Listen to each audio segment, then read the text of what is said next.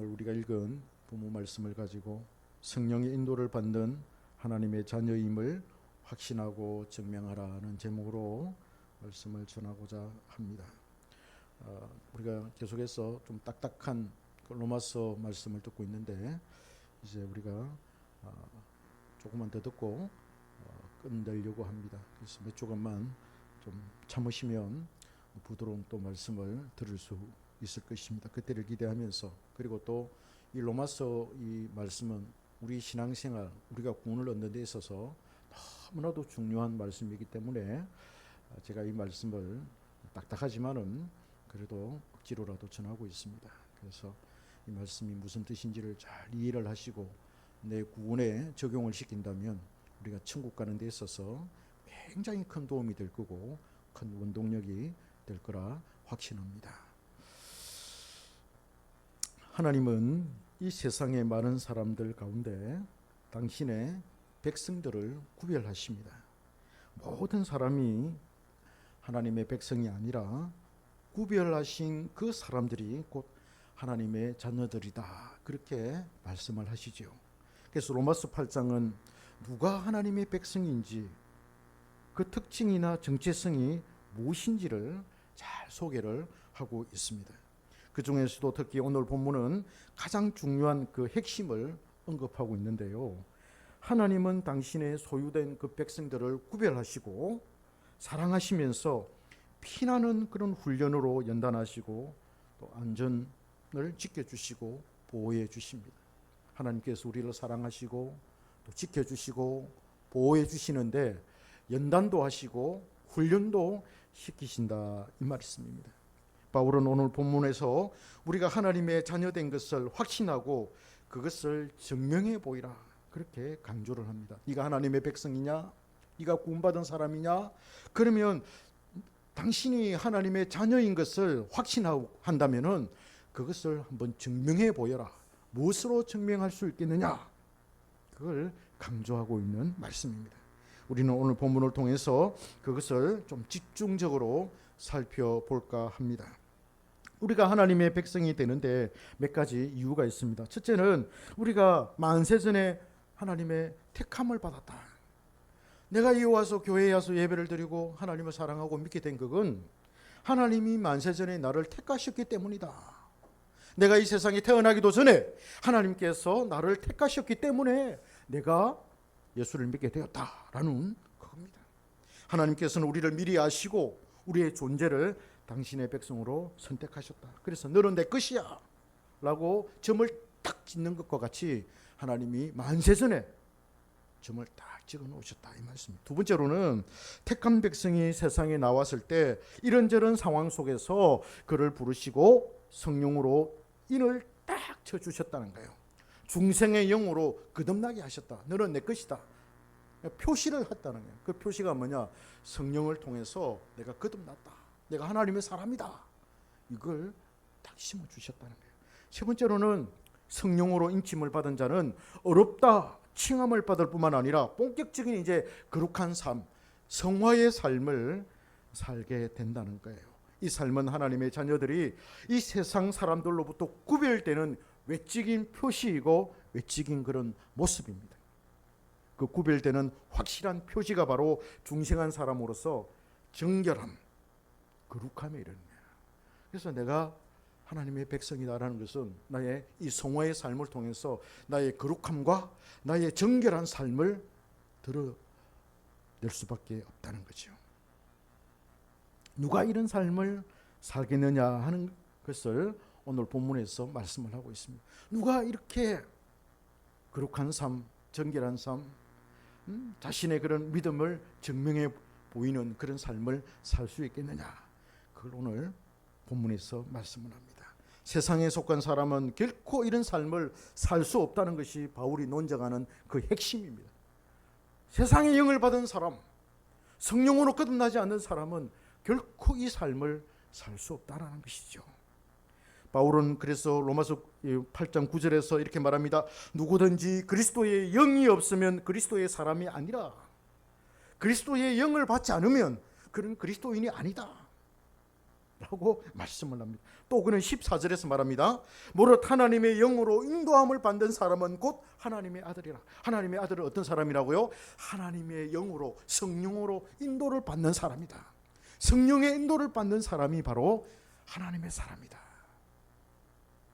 15절에서는 너희는 다시 무서워하는 종의 영을 받지 아니하고 양자의 영을 받았으니, 무서워하는 종의 영을 받았습니다. 그는 양자의 영이 아닌 거예요.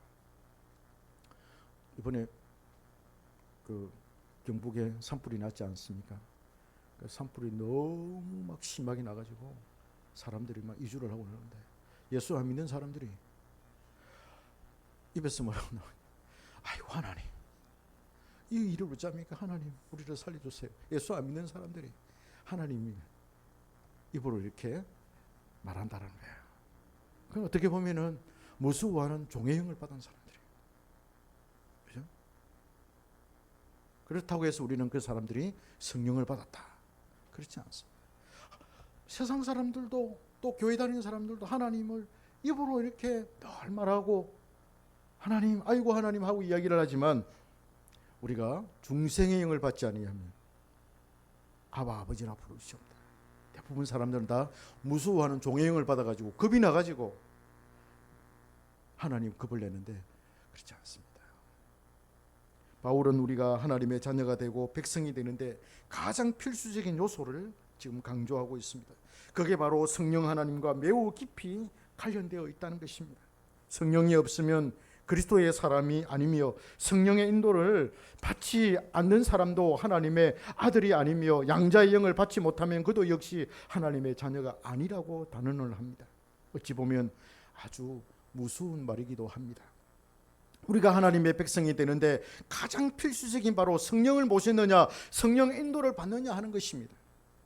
이것이 없으면 그리스도의 사람이 아니라는 것이죠. 기독교에 있어서 우리의 구원에 있어서 가장 중요한 말씀입니다.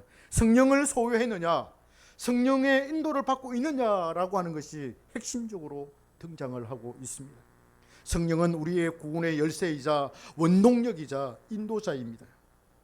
그래서 성령은 어떤 분입니까? 성령은 지혜의 영이시고 지식의 영이시고 위로의 영이시고 도우시는 영이십니다. 성령은 우리 속에 오셔서 진리의 말씀을 깨닫게 해주시고 우리의 슬픈 마음을 위로해 주시고 우리의 교만한 마음을 꺾어주시고 우리를 항상 도우시는 분, 그분이 바로 성령님이십니다. 성령께서 우리에게 하나님의 구원의 계시를 깨닫게 하시고 그리스도를 믿게 하십니다.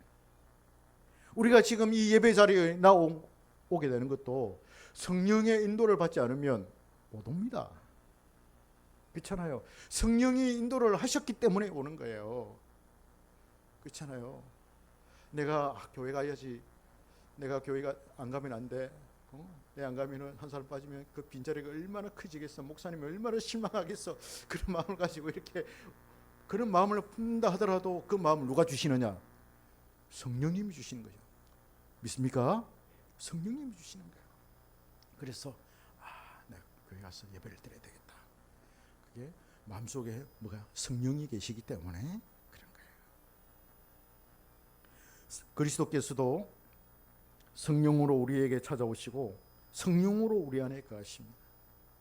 예수님이 우리 속에 찾아오실 때 성령님과 함께 오시는 거예요. 그러니까 예수님이 오시면 우리 마음이 기쁘고 즐겁고 좋잖아요. 마음이 평안해지잖아요. 왜? 성령님이 함께 오시기 때문에 그런 거예요. 성령이 아니시면 그리스도께서는 우리 안에 아무것도 하시지 않습니다. 반대로 그리스도와 관련되지 않으면 성령님도 우리 안에서 아무 일도 하지 않으십니다. 성령께서 우리 안에서 가장 강하게 일하시는 그 분야가 뭐냐면 그리스도를 알려주는 것이고 그리스도가 누구신지, 그리스도가 어떤 분이신지, 그리스도가 왜 하나님이신지 알려주시고 그리스도를 사랑하게 하시고 그리스도를 믿게 하시는 그 일이 바로 성령이 우리 안에서 하시는 일입니다. 할렐루야. 성령은 그래서 우리의 구원을 책임지는 보증인입니다. 성령이 우리 속에 딱 계시면 내 구원은 내가 이루어가는 것보다도 성령이 딱 고삐를 잡고 우리의 구원을 이루어가는 거예요. 그래서 우리의 구원은 확실하다. 그래서 중생의 영을 받은 거듭난 성도의 구원은 확실하다. 왜? 그 속에 성령이 계시기 때문이에요. 우리의 구원을 성령께서 책임지신다라는 말씀입니다.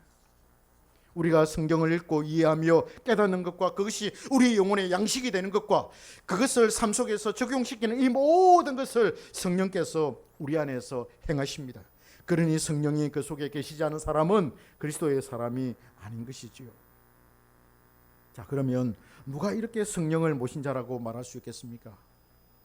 우리가 만세전에 하나님으로부터 택함을 받았다는 것도 이것을 통해 드러나게 되는데요, 원인과 과정과 결과를 통해서 드러나게 됩니다. 원인은 하나님의 택함 받음이고, 과정은 우리가 부르심을 받고서 중생의 영으로 거듭나는 것이고, 또 성령의 인도를 받는 것입니다. 결과는 뭡니까? 결과는 이런 원인과 과정 속에서 열매를 맺는 겁니다. 거룩함과 정결한 삶으로 열매를 맺는 거예요. 이 순서가 매우 중요합니다. 사람들은 원인과 과정을 축소하거나 뛰어넘어서 결과만을 추구하여 자신이 구원받은 사람이라고 확신합니다. 그러나 이 확신은 매우 주관적인 것입니다. 자신의 확신에 있어서 성경의 근거가 매우 빈약합니다. 또 새가족이 교회에 오면 교회에서는 덮어놓고 당신 예수를 믿으면 믿는다고 입으로 시인하라, 그렇게 말합니다. 그러면 당신은 구원받은 사람이다, 그렇게 가르치죠. 그런 다음에 교회에서 봉사하라고 합니다. 그러면 교회 주방으로 보내가지고 열심히 설거지하고 열심히 걸레질을 하면서 교회를 섬기라고 하죠. 교회에서 열심히 또 봉사를 하고 섬기면 자신도 모르게 자기 자신은 나는 구원받은 사람이다, 이렇게 착각하게 되죠. 왜? 내가 이렇게 교회를 위해서 헌신하고 내가 이렇게 교회를 위해서 열심히 일을 하니까 나는 이제 구원받은 사람 아닌가, 이렇게 생각하게 되죠. 결과만 중요한 행위입니다. 원인과 과정이 없는 결과는 뿌리 없는 나무가 같고 기초가 튼튼하지 않은 집과 같습니다. 반석이에 지은 집이 아니라 모래 위에 집을 지어가는 것이죠.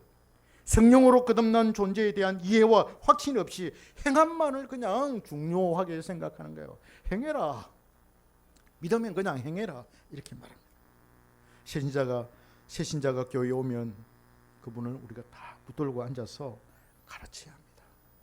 예수님이 누구신지, 우리가 왜 구원을 얻는지, 천국이 어디 있는지, 천국이 무엇인지, 지옥이 무엇인지, 어떤 사람이 지옥 가고 어떤 사람이 천국 가는지, 하나님이 삼위로 계시는데 성부 하나님은 누구신지, 성자 예수님은 누구신지, 성령 하나님은 누구신지, 우리가 그분을 통해서 어떻게 구원을 얻는지, 이런 것을 하나씩 체계적으로 차분하게 앉아서 가르쳐야 되고, 이분이 성령으로 잔잔히 깨달을 수 있도록 그렇게 교회에서 가르치고 도와주어야만 합니다. 신앙의 선배들이 어떻게 하나님을 섬겼는지, 어떻게 신앙의 선배들이 교회를 사랑하고 섬겼는지, 어떻게 세상에서 그리스도인으로 살았는지, 어떻게 이웃을 사랑했는지를 가르쳐야 합니다. 기독교의 핵심이 무엇이며 기독교의 교리가 무엇인지를 가르치고 성경을 체계적으로 이해하도록 그렇게 교회 오면 사람들을 훈련시켜야 합니다. 무슨 말입니까? 정신이 바로 서야 한다는 말이에요. 성도가 교회하면 이 기독교, 이 성경 말씀을 통해서 말씀을 배워서 정신이 똑바로 박혀야 된다, 이 말입니다. 마음이 바로 서 있어야 한다는 것이죠. 이것으로 그가 성령의 사람인지 아닌지가 드러나게 됩니다. 여러분, 사람도 예수를 안 믿는 사람이라 하더라도 정신이 얼마나 중요합니까? 정신이 잘못되어 있고 마음이 잘못되어 있으면 태도와 자세가 잘못돼요. 그 사람은 세상 살아가기가 너무나도 힘들어요. 그렇지 않습니까? 사람들에게 인정받지 못합니다. 손가락질 받잖아요. 그러니까 정신이 똑바로 바뀌는 게 매우 중요합니다. 영적인 세계에서도 정신이 똑 바뀌는 것, 마음의 태도와 자세를 바로 가지는 게 너무나도 중요한 것이죠. 성령의 사람은 하나님의 말씀을 배우려 하고 배우는 데 즐거움을 누립니다. 칼빈도 여기서 대해서 아주 의미심장한 말을 합니다. 하나님의 아들들이 세상의 자녀들로부터 구별되는 가장 확실한 표지는 하나님의 영으로 말미암아 그들이 중생하여 정결함과 거룩함에 이르는 것이다. 그러면서 그는 또 성령께서 내주하시어 왕노릇하지 않는 사람들은 그리스도께 속한 것이 아니다라고 그렇게 말했습니다. 성령께서 그 사람의 주인이 되신다는 말입니다. 하나님께서 싫어하시는 말이나 행동을 하려 할 때 성령께서 그 마음속에서 괴로워하십니다. 그래서 우리는 마음의 불평과 양심의 괴로움을 당하게 되지요. 칼빈은 또 거룩함과 순결함을 성화의 삶이라고 말한 다음에 이 성화는 하나님께서 택한 자 외에 어느 누구에게도 은총으로 주신 일이 없다, 그렇게 말합니다. 성도가 성화의 삶을 거룩하고 순결함을 가지고 살아가는 것은 주님의 은혜라는 것이죠. 성도에게 주시는 선물로 그렇게 표현합니다. 칭의도 선물이요 성화도 선물이다, 그렇게 말합니다. 성화의 삶이 선물이라는 것에 이의를 제기할 것입니다. 성화는 하나님의 우리의 강한 노력이나 뼈를 깎는 아픔 속에서 이루어지는 것인데 그것이 어찌 선물이라 말할 수 있습니까? 라고 우리는 항변할 수 있습니다. 칭의는 나의 의지와는 상관없이 내가 거룩하지 않은데도 거룩하다고 인정해 주시고 그렇게 여겨주시고 법적으로 떡하니 정해주시는 것이라 이것이 은혜인 줄은 알겠는데 내가 온갖 고난과 고통과 아픔 속에서 맺어진 영롱한 그 결과물이 어찌 그저 주신 선물이냐라고 투덜댈 수 있습니다. 어찌 그럴 수 있습니까? 그렇게 말할 수 있습니다. 내가 내 아픔과 고통 가운데 슬픔 가운데 그걸 견뎌내고 거룩한 삶을 살고 사랑하려고 노력하고 내 죄를 안 지으려고 노력하고 거룩하게 살려고 그렇게 애쓰고 수고한 것인데 내가 내 노력으로 행해가지고 열매를 맺은 건데 그게 어떻게 선물입니까? 라고 말할 수 있습니다. 그러나 원인과 과정이 있기에 나는 자연스럽게 결과에 도달하게 됩니다. 마치 땅에 뿌리를 박은 나무가 수분을 공급받아서 자연적으로 열매를 맺는 것과 같은 이치입니다. 견인의 은혜는 고난과 환난을 참고 견디고 인내하도록 하는 은혜입니다. 그래서 견인의 은혜라는 것이죠. 성령께서 우리에게 그런 힘을 주신다는 거죠. 그러니 그것이 은혜요 선물입니다. 내가 참고 견디고 거룩한 삶을 살도록 죄를 안 지면서 살도록 하고자 하는 그런 열심, 그 노력을 성령께서 우리에게 주신다는 거죠. 고난으로 인한 고통은 없을 수가 없습니다. 누구나 겪을 뿐만 아니라 그리스도인들은 더욱더 세게 더욱 가혹하다 할 정도로 그 고난을 겪게 됩니다. 고난은 우리의 믿음이 현실적인 것으로 바꾸어 줍니다. 환상이나 애매한 것이나 비현실적인 것을 고난을 통해서 하나님은 없애주십니다. 그리스도인은 그래서 성령의 인도하심 가운데 그 고난을 열매로 성화시켜 갑니다. 상처를 받았지만 또 상처를 받지만 한 번도 상처를 받지 않은 사람처럼 우뚝 서게 됩니다. 그것이 그 속에 계신 성령의 인도하심으로 가능하게 되는 것입니다. 성령은 우리 모든 삶에 영향을 끼칩니다. 우리의 생각과 정신과 행동 하나하나에 지대한 영향을 끼칩니다. 이때 우리는 내가 성령의 인도를 받고 있다고 확신합니다. 그리고는 내가 하나님의 자녀인 것도 확신하게 되지요. 이 확신이 우리 그리스도인에게서 나온 것이 아니라 우리 스스로에게서 나온 것이 아니라 우리 속에 계신 성령으로 비롯되는 것이죠. 성령께서 우리 영으로 말미암아 우리가 하나님의 자녀임을 확신시켜 주십니다. 우리의 영이 거기에 반응하는 데서 우리 안에 구원의 확신이 생겨나는 것입니다. 내가 하나님의 아들과 딸이라는 확신이 강하게 들게 됩니다. 이것은 하나님께서 우리 안에 이 확신을 넣어주시는 것과 같은 것입니다. 확신도 하나님께서 주신 선물이라 할 수 있습니다. 그래서 확신하십시오. 나는 하나님의 자녀입니다. 확신하십시오. 한번 따라할까요? 따라하겠습니다. 나는 하나님의 자녀입니다. 확신합니다. 내 속에 성령이 계십니다. 나는 구원받은 하나님의 백성입니다. 확신하십시오. 누가 뭐라 해도 나는 하나님의 백성이다. 사탄은 항상 우리에게 찾아와서 네가 이렇게 하는데 네 하나님의 백성 아니야. 너 천국 못 가. 사탄은 항상 우리에게 찾아와서 정죄합니다.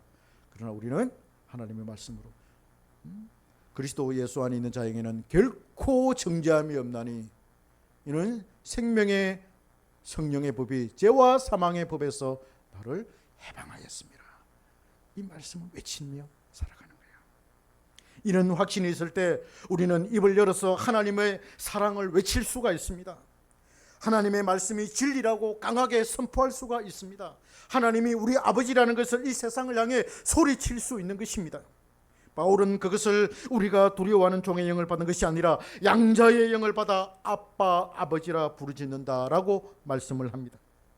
율법에서 나온 무서워하는 종의 영을 받은 사람은 하나님을 아바, 아버지라 부르지 못합니다. 아빠 하고 달려가지 못합니다. 자신의 아버지가 아니라 무서운 신적인 존재로만 인식하며 느끼게 되는 것이죠.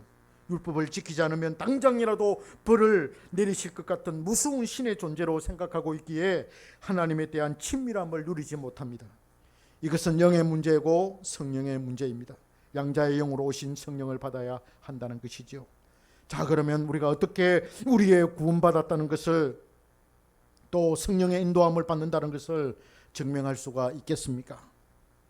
열매를 맺음으로 가능합니다. 식물이나 나무가 각각의 열매를 맺을 때는 열매를 맺는 기간과 그 열매가 익어가는 기간이 필요합니다. 열매의 형체가 생겨나고 그것이 윤곽을 드러내서 완전한 열매의 모습을 나타냅니다. 그러나 그것으로 끝이 아니죠. 그 열매는 익어야 합니다. 우리에게 밥을 제공하는 벼는 다 자란 이후에 그것이 열매가 맺어졌다 하더라도 그 안에 수분으로 가득한 것이 햇빛을 받아서 서서히 굳어져서 알맹이가 됩니다. 농부는 그 알맹이의 성숙도에 따라서 낫을 가지고 수확할 때를 딱 정합니다. 아, 이때쯤 내가 벼를 베면 되겠구나, 그런 확신이 들게 되지요. 마찬가지입니다. 우리가 성령으로 인도받는 삶도 동일합니다. 처음에는 성령을 듬뿍 받아서 하나님의 백성으로 확신했다가 나중에 서서히 그 확신이 사라지고 신앙의 굴곡을 경험하게 됩니다. 늘 예수 믿는 데 있어서 좋은 일만 생기는 건 아니거든요. 어려운 일도 많이 있거든요. 그때 내가 받은 그 은혜가 약하면 하나님을 버리게 됩니다. 말씀을 버리게 돼요. 그러나 중생행을 받은 사람은, 그 안에 성령이 있는 사람은 끝까지 그 고난과 어려움과 고통을 참고 견디며 가게 됩니다. 그러면서 열매를 맺게 되는 것이죠. 이때 식물이 열매의 형체를 맺는 시기와 똑같습니다.